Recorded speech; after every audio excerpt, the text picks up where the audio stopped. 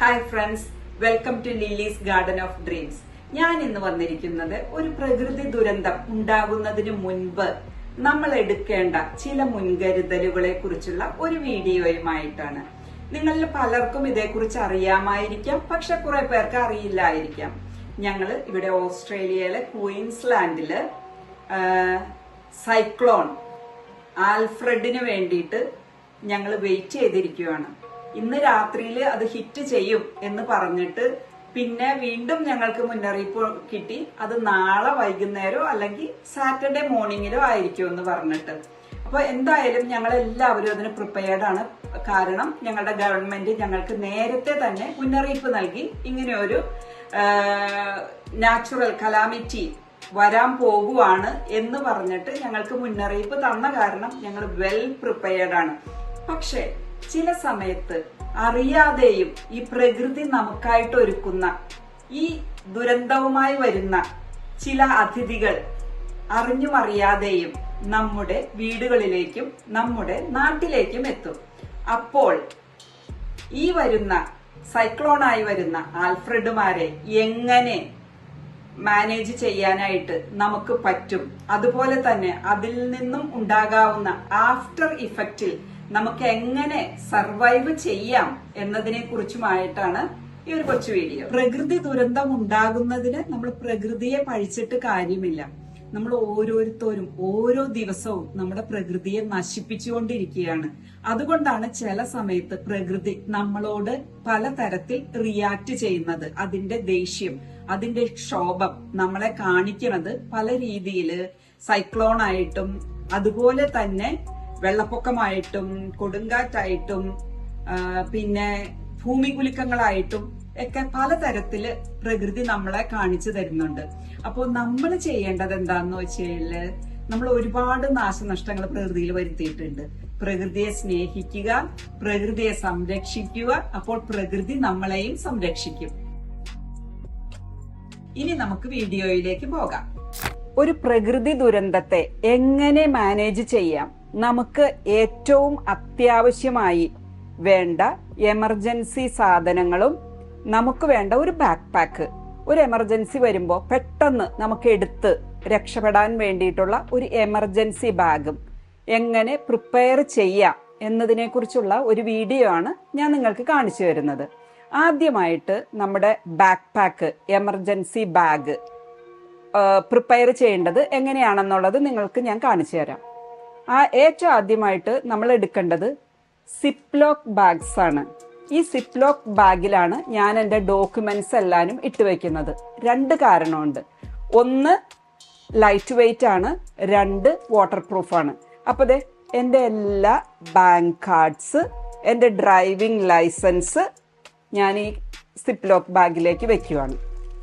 അതുപോലെ തന്നെ എൻ്റെ പാസ്പോർട്ടുകൾ എല്ലാനും ഇതിനകത്തുണ്ട്. പിന്നെ എൻ്റെ നഴ്സിംഗ് രജിസ്ട്രേഷൻ, ഇതാ നിങ്ങൾക്ക് കാണാം, എൻ്റെ നഴ്സിംഗ് രജിസ്ട്രേഷൻ ന്യൂസിലാൻഡിലെയും ഓസ്ട്രേലിയയിലെയും. അതുപോലെ തന്നെ ഒരു ബാറ്ററി പവേർഡ് ക്യാൻഡില്. ആ ക്യാൻഡിലിന് വേണ്ടിയിട്ട് കുറച്ച് ബാറ്ററീസ്, കമ്പാക്റ്റബിൾ ആയിട്ടുള്ള ബാറ്ററി. പിന്നെ ഒരു നട്ട് ബാർ, നമുക്ക് അത്യാവശ്യം വിശപ്പടക്കാൻ വേണ്ടിയിട്ട് ഒരു നട്ട് ബാർ. അതുപോലെ തന്നെ ഒരു കുപ്പി വെള്ളം, ഒരു ബാഗിൽ ഒരു കുപ്പി വെള്ളം മാത്രം മതി. പിന്നെ നമുക്കൊരു ബാക്ക് പാക്ക്. പിന്നെ ഏറ്റവും അത്യാവശ്യമുള്ള സാധനം ഇന്നത്തെ ലോകത്ത്, പവർ ബാങ്ക്. അപ്പൊ ഈ വീട്ടില് ഞങ്ങൾ 3 പേരാണുള്ളത്. 3 പേർക്കും ഓരോ പവർ ബാങ്ക് ഞങ്ങൾ ഫുള്ളി ചാർജ്ഡ് ആയിട്ട് വെച്ചിട്ടുണ്ട്. ഈ വീട്ടിൽ ഈ 3 പവർ ബാങ്കും എപ്പോഴും ഫുള്ളി ചാർജ്ഡ് ആയിട്ട് വെക്കും. കാരണം ഒരു എമർജൻസി വന്നു കഴിഞ്ഞാൽ കറണ്ട് ഇല്ലാതായ നമുക്ക് ഉപയോഗിക്കാനായിട്ട്. അപ്പോൾ ഇത്തരം സാധനങ്ങളും കൂടാതെ ഏറ്റവും മറക്കാതെ എടുക്കേണ്ട ഒരു സാധനമാണ് അത്യാവശ്യമായ മെഡിക്കേഷൻസ്. പാരസിറ്റമോള്, ഒരു കോൾഡും ഫ്ലൂവും വന്നു കഴിഞ്ഞു കഴിഞ്ഞാൽ എന്ത് കഴിക്കാം. അതുപോലെ തന്നെ ഈ വെള്ളപ്പൊക്കം അങ്ങനെയുള്ളതൊക്കെ വരുമ്പോൾ നമുക്ക് വരുന്ന ഒരു കാര്യമാണ്, അല്ലെങ്കിൽ വെള്ളം എന്തെങ്കിലും മാറിക്കഴിച്ചു കഴിഞ്ഞാൽ സ്ട്രെസ് കൊണ്ടൊക്കെ നമുക്ക് വരുന്ന ഒരു കാര്യമാണ് വയറിളക്കം. അതിന് വേണ്ടിയിട്ടുള്ളതും കൂടി നമ്മൾ കരുതണം. പിന്നെ ബാൻഡേഡ്, ചെറിയ ഡ്രസ്സിങ്ങുകൾ അങ്ങനെ എന്തെങ്കിലും ഉണ്ടെങ്കിൽ അതും കൂടെ നമ്മൾ എടുത്തു വെക്കണം. അപ്പോൾ ഇത്തരം സാധനങ്ങളാണ് നമ്മൾ നമ്മുടെ ഒരു ബാക്ക് പാക്കിൽ നമുക്കൊരു എമർജൻസി വന്ന് പെട്ടെന്നൊരു എർത്ത് ക്വൈക്ക് വന്ന് നമുക്കൊന്നും എടുക്കാൻ പറ്റാത്തൊരവസ്ഥയാണ് നമുക്ക് എടുത്തുകൊണ്ട് പോകുക. അതുപോലെ തന്നെ വലിയൊരു പെട്ടെന്നൊരു കൊടുങ്കാറ്റ് വരുവാണ്, നമുക്ക് പെട്ടെന്ന് എടുത്തുകൊണ്ട് പോകാവുന്ന വിധത്തിൽ നമ്മൾ എടുക്കണം. കാരണം നമ്മുടെ വീടൊക്കെ ഇടിഞ്ഞു പൊളിഞ്ഞു വീഴോ ഇല്ലേ എന്നുള്ളതൊന്നും നമുക്കറിയില്ല. നേരെ മറിച്ച് നമ്മളിങ്ങനെ ഒരു ബാഗ് പ്രിപ്പയർഡ് ആക്കി വെച്ച് കഴിഞ്ഞു കഴിഞ്ഞാൽ ഇതെടുത്ത് നമുക്ക് പെട്ടെന്ന് രക്ഷപ്പെടാൻ പറ്റും. അപ്പോൾ ഇത്തരം സാധനങ്ങൾ, വളരെ ലൈറ്റ് ആയിട്ടുള്ള സാധനങ്ങൾ മാത്രമേ നമ്മുടെ ഈ ബാക്ക് പാക്കിൽ വെക്കാൻ പറ്റുള്ളൂ. പിന്നെ നമ്മുടെ വീടുകളിൽ എപ്പോഴും കരുതി വെക്കേണ്ട കുറച്ച് സാധനങ്ങൾ ഞാൻ 2012 തൊട്ട് എൻ്റെ വീട്ടിൽ എപ്പോഴും കരുതി വെക്കണ കുറച്ച് സാധനങ്ങൾ നിങ്ങളെ കാണിച്ചു തരാം. ഒരു നാച്ചുറൽ കലാമിറ്റി ഉണ്ടായി കഴിഞ്ഞാൽ എങ്ങനെ മാനേജ് ചെയ്യാം. പെട്ടെന്ന് കടകളൊന്നുമില്ല, നമുക്ക് പുറത്തിറങ്ങാൻ പറ്റാത്തൊരവസ്ഥ വന്നു, അങ്ങനെ വന്നു കഴിഞ്ഞാൽ മുന്നറിയിപ്പില്ലാതെ വരുന്ന ഒരു പ്രകൃതി ദുരന്തത്തെ അതിജീവിക്കാൻ എങ്ങനെ കുറച്ച് സാധനങ്ങൾ നമ്മുടെ വീട്ടിൽ സൂക്ഷിക്കും എന്നുള്ളത്. കാരണം ഞാൻ ആദ്യമായിട്ട് ഇങ്ങനെയുള്ള കാര്യങ്ങൾ ചെയ്തു തുടങ്ങിയത് ന്യൂസിലാൻഡിൽ ചെന്നതിന് ശേഷമാണ്. ഞാൻ അവിടെ ഒരു 12 വർഷം ഉണ്ടായിരുന്നു. അപ്പോൾ അവിടെ ആയിരിക്കുമ്പോൾ എനിക്ക് കുറച്ച് ഇംഗ്ലീഷുകാർ ഫ്രണ്ട്സ് ഉണ്ടായിരുന്നു. അവർ ചെയ്യണതാണ് അവരുടെ വീടുകളിൽ. അതുപോലെ തന്നെ 2012 തോന്നുന്നു ന്യൂസിലാൻഡിലെ ക്രൈസ്റ്റ് ചർച്ചിൽ ഒരു എർത്ത് ക്വൈക്ക് ഉണ്ടായി. അന്ന് മനുഷ്യർ ഒത്തിരി ബുദ്ധിമുട്ടി. അൺഎക്സ്പെക്റ്റഡ് ആണ്. അപ്പൊ അവർക്ക് സാധനങ്ങൾ വേണം, ഒന്നും അറിയില്ല, പലരുടെയും കയ്യിൽ ഒന്നുമില്ല. അപ്പോൾ ആ സമയം തൊട്ട് എനിക്കിത് മനസ്സിലായപ്പോ തൊട്ട് ഞാൻ എൻ്റെ വീട്ടിൽ അത്യാവശ്യം വാങ്ങിച്ചു വെക്കണ പെരിഷബിൾ ഫുഡ്സ് ആണ്. എന്ന് വെച്ച് കഴിഞ്ഞാൽ ചീത്തയായി പോകാത്ത കുറച്ച് ഫുഡുകൾ എപ്പോഴും ഞാൻ കരുതി വെക്കുന്ന ഒരു കാര്യമാണ് ടോയ്ലറ്റ് പേപ്പർ. അതെപ്പോഴും ഇങ്ങനെ ഒരു റോള് എക്സ്ട്രാ നമ്മുടെ വീട്ടിൽ എപ്പോഴും സൂക്ഷിച്ചു വെക്കണം. അതുപോലെ തന്നെയാണ് ടിൻഡ് ഫുഡ്സ്, ക്യാൻഡ് ഫുഡ്സ്.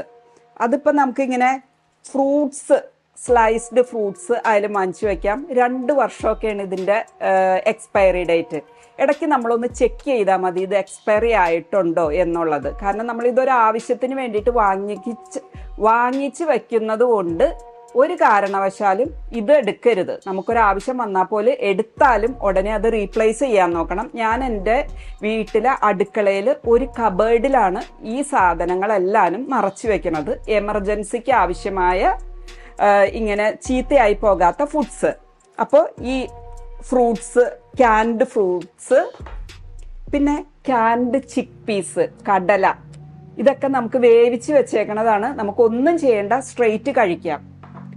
പിന്നെ ന്യൂഡിൽസ്, കപ്പ് ന്യൂഡിൽസ്, പാത്രം പോലും വേണ്ട, കുറച്ച് വെള്ളം തിളപ്പിച്ച് ഇതിനകത്തേക്ക് ഒഴിച്ചാൽ മതി കഴിക്കാൻ വേണ്ടിയിട്ട്.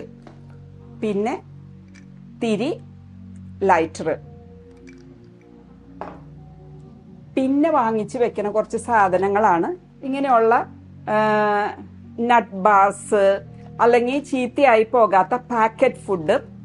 പിന്നെ എപ്പോഴും 2 പാക്കറ്റെങ്കിലും നമ്മുടെ വീട്ടിൽ മിനിമം സൂക്ഷിക്കേണ്ട സാധനമാണ് ഏതെങ്കിലും സീരിയൽസ്. സോ അപ്പോൾ ഇതൊരു 3-4 പാക്കറ്റ് നമ്മൾ സൂക്ഷിക്കുകയാണെന്നുണ്ടെങ്കിൽ അതിൻ്റെ കൂടെ ഓട്ട് മിൽക്ക്, ഇത് ഫ്രിഡ്ജിലൊന്നും വെക്കണ്ട, നമുക്കിങ്ങനെ പുറത്ത് ഇതുപോലെ തന്നെ വെച്ചാൽ മതി, കേടായി പോവില്ല. അപ്പോൾ ഈ 2 സാധനം ഉണ്ടെന്നുണ്ടെങ്കിൽ നമുക്ക് 2 ദിവസത്തേക്ക് സുഖമായിട്ട് കഴിഞ്ഞു പോകാം.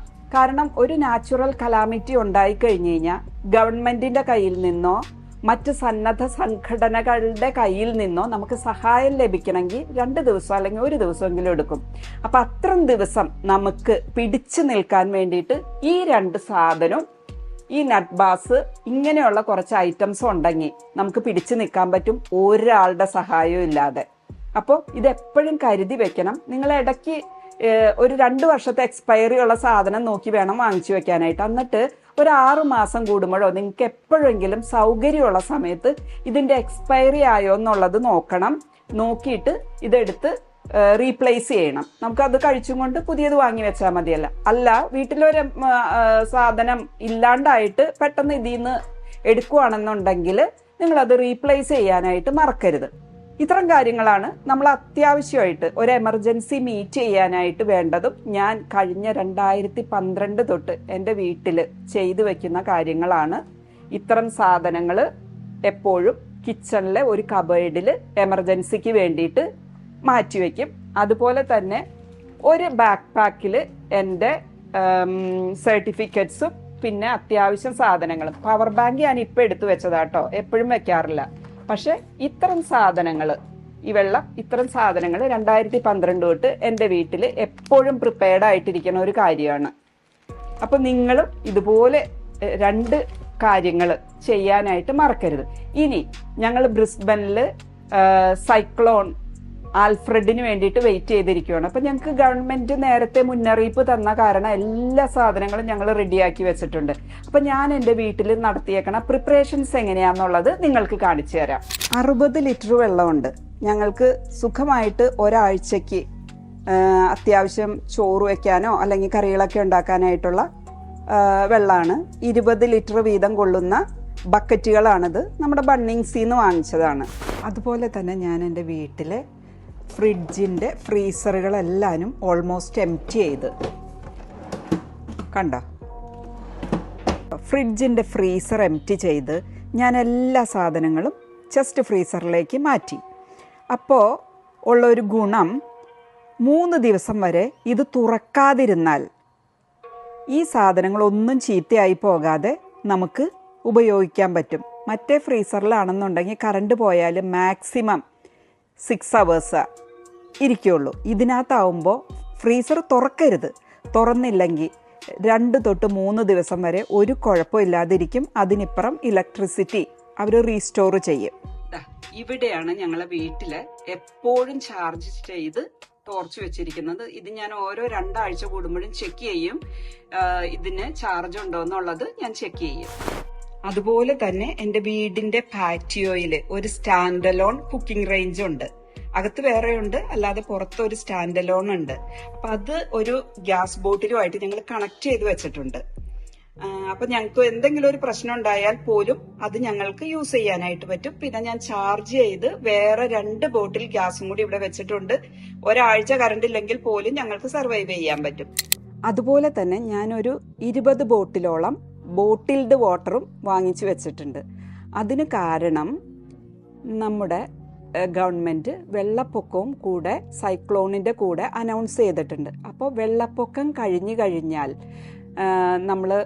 നമ്മുടെ പൈപ്പുകളിലൂടെ വന്ന വെള്ളം കുടിക്കാനായിട്ട് അത്ര നല്ലതല്ല. ഞാൻ പലരും പറഞ്ഞ് കേട്ടിട്ടുണ്ട്, ഇനി വെള്ളപ്പൊക്കം കഴിഞ്ഞ് ഒരാഴ്ചയോളം വരുന്ന വെള്ളം കുടിക്കാൻ നല്ലതല്ല, അതിനകത്ത് മലിനജലവും കൂടി ചേർന്ന് മിക്സ് ചെയ്ത് വരാനായിട്ട് സാധ്യതയുണ്ട്, അതുകൊണ്ട് കുടിക്കരുത്.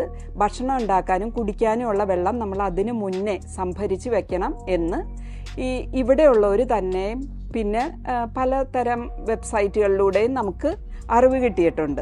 അപ്പോൾ അതുകൊണ്ടാണ് വെള്ളം പ്രത്യേകിച്ചും ഞങ്ങൾ കുറേ വാങ്ങിച്ചു വെക്കുന്നത്.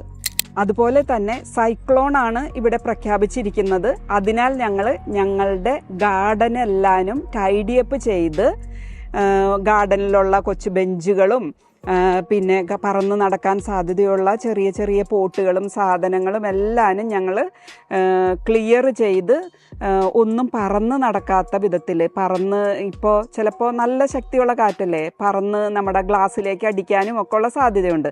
അതുകൊണ്ട് ഗാർഡനൊക്കെ ഞങ്ങൾ മൊത്തത്തിൽ ക്ലീൻ ചെയ്ത് ഹെവി ആയിട്ടുള്ള ഇങ്ങനത്തെ പോട്ടുകൾ മാത്രം ഇവിടെ വെച്ചിട്ട് ബാക്കി പോട്ടുകളും ചെടിച്ചട്ടികളെല്ലാനും ചെറിയ ചെടിച്ചട്ടികളെല്ലാനും ഞങ്ങൾ ഗരാജിലേക്ക് കയറ്റി വെച്ചു. കാരണം ഇതൊന്നും പറന്നു പോവാതിരിക്കാനും എല്ലാത്തിനും വേണ്ടിയിട്ട്. പക്ഷെ വലിയ ചെടിച്ചട്ടികളൊക്കെ ഇവിടെ തന്നെ ഇങ്ങനെ വെച്ചേക്കും കേട്ടോ. ഗാർഡനൊക്കെ ക്ലീൻ ചെയ്ത് റെഡിയാക്കി ഇരിക്കുകയാണ് ഞങ്ങൾ. അതുപോലെ തന്നെ വീടിനകത്തേക്ക് വെള്ളം കയറാതെ, വെള്ളപ്പൊക്കം എങ്ങാനും ഉണ്ടാവുകയാണെങ്കിൽ വീടിനകത്തേക്ക് വെള്ളം കയറാതെ നോക്കാനായിട്ടുള്ള മണൽച്ചാക്കുകളാണ് ഈ കൊണ്ടുവന്ന് ഇവിടെ റെഡിയാക്കി വെച്ചേക്കണത്. അത്യാവശ്യം ഫ്രണ്ടിലെ എൻട്രൻസിലും ബാക്ക് എൻട്രൻസിലും വെക്കാനാണ് ഞങ്ങൾ ഉദ്ദേശിച്ചേക്കണത്. അതുപോലെ തന്നെ ഞങ്ങൾ ഞങ്ങളുടെ റബ്ബിഷ് ബിന്ന്, ഗാർഡനിലെ ചെറിയ ബെഞ്ചുകള് അതെല്ലാനും പിന്നെ പുറത്ത് ഗാർഡനിലൊക്കെ ഇരിക്കുന്ന എല്ലാ സാധനങ്ങളും ഞങ്ങൾ ഗരാജിൽ വെച്ച് എല്ലാനും കെട്ടിവെച്ചേക്കുവാണ്, ഒന്നും പറന്നു പോവാതിരിക്കാനായിട്ട്. ഇതാണ് ഞാൻ തയ്യാറാക്കി വെച്ചിരിക്കുന്ന ബാക്ക് പാക്ക്. ഇത്രയും കാര്യങ്ങളാണ് ഞാൻ പെട്ടെന്നൊരു എമർജൻസി അല്ലെങ്കിൽ ഒരു പ്രകൃതി ദുരന്തം ഉണ്ടായി കഴിഞ്ഞു കഴിഞ്ഞാൽ രക്ഷപ്പെടുവാനും സർവൈവ് ചെയ്യാനും വേണ്ടിയിട്ട് എൻ്റെ വീട്ടിൽ തയ്യാറാക്കി വെച്ചിരിക്കുന്ന കാര്യങ്ങൾ. അപ്പോൾ എപ്പോഴാണെങ്കിലും ഒരു ദുരന്തം ഗവൺമെൻറ് നമ്മളെ അറിയിച്ചിട്ടില്ല എങ്കിൽ പോലും നമുക്ക് അത്യാവശ്യം സാധനങ്ങൾ, ഇത്തരം സാധനങ്ങൾ ഉണ്ടെങ്കിൽ നമുക്ക് രക്ഷപ്പെടാൻ പറ്റും, നമുക്ക് സർവൈവ് ചെയ്യാൻ പറ്റും. അപ്പോൾ വീഡിയോ ഇഷ്ടമായെങ്കിൽ ലൈക്ക് ചെയ്യണം, ഷെയർ ചെയ്യണം, സബ്സ്ക്രൈബ് ചെയ്യാനും മറക്കരുത്. Thank you for watching.